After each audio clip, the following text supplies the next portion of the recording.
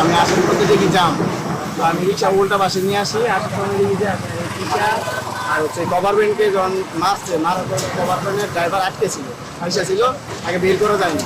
তারপরে আপনার সবাই মিলে লোকজন, তারপরে পুলিশ আসছে, সবাই মিলে দড়ি টড়ি দিয়ে তাই না কোনো রকম ড্রাইভারকে বের করছি। কিন্তু ড্রাইভারের একটু কভার ব্যান্ডের যে ড্রাইভার উনি খুব আহত হয়েছে। টিশার ড্রাইভারকে আমরাও পাইনি। এইখানে যতটুকু অ্যাক্সিডেন্ট করার সাথে সাথে টিশার ড্রাইভার বাঁচছে। আর টিশার থেকে প্রায় 5-6 জন যাত্রী একটু বেশি অসুস্থ ছিল, মানে নাক মুখ ফাইটে গেছে, এদিকে সেদিক ব্যথা হয়েছে। এবার আবেদিনে চিকিৎসা দিচ্ছে, আর কয়েকজন গেছে সরকারি হসপিটালে, সরকারি হসপিটালে। আর ইয়ার যে ড্রাইভার, কভার ভ্যানের যে ড্রাইভার, ওনাকে আমি নিজে আমার গাড়ি দিয়েই পুলিশে দিয়ে পাঠাইছে, যে আমি নিয়ে চিকিৎসা দিলাম, দেওয়ার পর ওই হসপিটালে ছিল।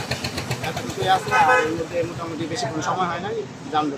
মোবাইল ফোনে জানতে পারি যে আমাদের এই যে ভৈরব থানাধীন ঘটনাস্থলটা হলো জান্নাত হোটেলের প্রায় 200 গজ পশ্চিমে আপনার এই লক্ষ্মীপুর মানে ওভার ব্রিজের সামনে এই আপনার তৃষা ঢাকাগামী এবং কভার ভ্যান হলো সিলেটগামী মুখোমুখি সংঘর্ষ হয়। তো ড্রাইভার আহত হয়েছে, কোনো নিহতের সংবাদ এখন পর্যন্ত পাওয়া যায় নাই। ড্রাইভার আহত হয়েছিল, তাকে আমরা উদ্ধার করে উপজেলা স্বাস্থ্য কমপ্লেক্সে চিকিৎসার জন্য প্রেরণ করছি।